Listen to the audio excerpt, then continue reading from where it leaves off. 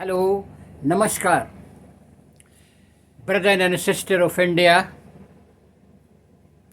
The subject of today is Special Land Survey Act and Rule 2011 and 12 of Bihar. This is eighth, ये ninth part. अभी earth part आपने सुना होगा, ये ninth part है, category 9. आप इसे शुरू से लास्ट तक सुनिएगा, कॉपी पेन ले लीजिए और लिखने की कोशिश कीजिए, तभी आपको समझ में आएगा. शुरू से लास्ट तक जब तक आप नहीं देखेंगे, नहीं सुनेंगे, तब तक आप खाता खतियान रैयत और भूमि सर्वे के बारे में जान नहीं पाएंगे. सुनिए.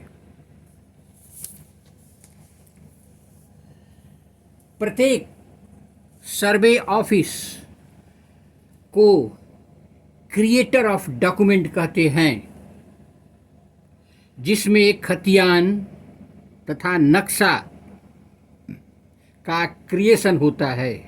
वह है अंचल कार्यालय, सीईओ ऑफिस. अंचल कार्यालय में डॉक्यूमेंट क्रिएशन के बाद जमीन का खरीद बिक्री होता है तथा सरकार को रेवेन्यू मिलता है. अब आगे जाने. रजिस्ट्री ऑफिस क्या है? जमीन खरीद बिक्री के बाद दोनों डॉक्यूमेंट पर हस्ताक्षर करते हैं बेचने वाला और खरीदने वाला, जिस डॉक्यूमेंट को केवाला कहते हैं. जो खाता होता है उसमें पिता तथा अन्य पुत्रों का नाम होता है. पिता के बाद जमीन बेटा का होता है. एक खाता में कई खेसरा प्लॉट हो सकते हैं. आपको जमीन खरीदना है तो खाता एवं प्लॉट को जानना आवश्यक है. इस जमीन की प्रकृति जाननी है तो खतियान को देखा जाए तब विश्वास किया जाए. आप खतियान ऑनलाइन देख सकते हैं क्योंकि ऑनलाइन हो चुका है. खतियान को ऑफलाइन भी निकालना पड़ता है. खतियान का फोटो कॉपी भी ले लें. खतियान से ही पता चलता है कि जमीन गैर मजरूआ तो नहीं है या कैसरे हिंद तो नहीं है. खतियान पहला डॉक्यूमेंट होता है. इसे right of record of right भी कहते हैं. खतियान ही उस जमीन का मालिकाना हक बताता है. खतियान का सभी पार्ट सही माना जाता है. यह आधारभूत डॉक्यूमेंट है. इसे रजिस्टर 1 कहते हैं. प्रत्येक मौजा का अलग खतियान होता है. इस पार्ट के पूर्व मैंने आपको मखदूमपुर मौजा का उदाहरण दिया था, जिसमें कुल 100 एकड़ का वर्णन किया था मैंने. इस मौजा में कुछ सरकारी ज़मीन भी होगा, कुछ गैर सरकारी भी ज़मीन होगा, पब्लिक का होगा, अर्थात वह रैयती ज़मीन होगा. अर्थात एक मौजा में 2 प्रकार की ज़मीन होगी, सरकारी ज़मीन और गैर सरकारी ज़मीन. सरकारी ज़मीन 5 तरह के होते हैं: गैर मजरूआ आम, गैर मजरूआ खास, कैसरे हिंद, डिस्ट्रिक्ट बोर्ड की ज़मीन, खास महल की ज़मीन. अब एक एक करके सुनिए. एक मौजा में सभी प्रकार की सरकारी ज़मीन एक ही खाता में रखा जाता है.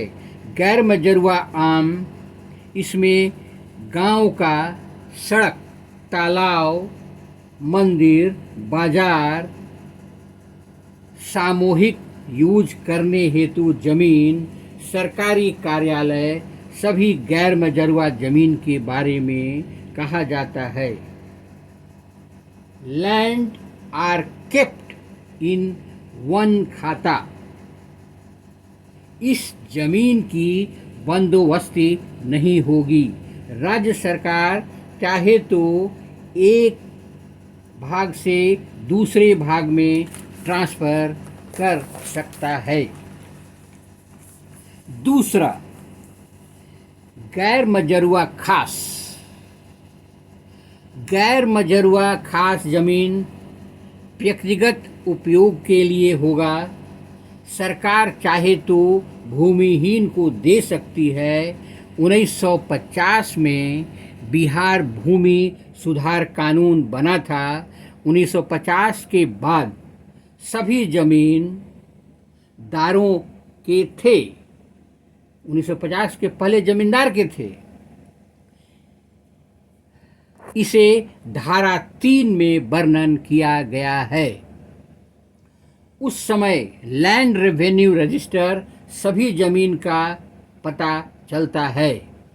उन सभी जमीन का एक 1946 के पहले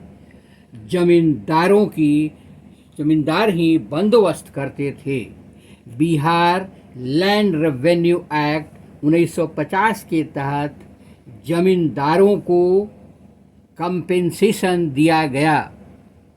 अभी ऐसे जमीन अंचलाधिकारी देखते हैं। ऐसा जमीन सरकार OBC, schedule caste, schedule tribe को तथा अन्य जो युद्ध में मारे गए सक्रिय सैनिक को दिया जा सकता है। इस पर अंतिम हस्ताक्षर डिप्टी कमिश्नर का होता है। तीसरा, कैसरे हिंद जमीन। यह जमीन भारत सरकार का है। इसको बंदोबस्ती नहीं होती। चौथा, डिस्ट्रिक्ट बोर्ड की जमीन। यह जमीन सरकार के अधीन होता है। इसकी रख रखाव जिला परिषद करता है। खास महल जमीन। अंग्रेज लोग अपने सैनिकों के घोड़े गाड़ी रखने के लिए जमीन रखते थे। उसे खास महल जमीन कहते हैं। यह पहले से ही सरकार की थी। स्वतंत्रता के पहले खास महल जमीन को लीज पर दे सकती थी। ये सारी जमीन रिहायशी एरिया में होता है। इसकी बंदोबस्ती नहीं होती। गैर सरकारी जमीन रैयत जमीन होता है, जिस पर पब्लिक का अधिकार होता है। आज़ादी के बाद जमीन 2 कैटेगरी में बताया गया। रैयती जमीन, किसी व्यक्ति का नाम खतियान होगा, उसे रैयत कहते हैं। बकास जमीन, जमींदारी प्रथा के अनुसार जब जमींदारी प्रथा उन्मूलन हो गया, उसके बाद जमींदार लोग अपने पर्सनल यूज के लिए जमीन रखते थे। उस पर खेती या अन्य कार्य करते थे। उसे ही बकास जमीन कहते हैं। जमींदार का यह रैयती जमीन है, बकास जमीन। आप मेरे द्वारा कैटेगरी 9 भूमि सर्वे के बारे में सुना। अब मेरे चैनल को लाइक करें, सब्सक्राइब करें और बार बार देखें, तभी आप पूरी तरह से ज़मीन सर्वे की हर पहलू को समझ पाएंगे। धन्यवाद।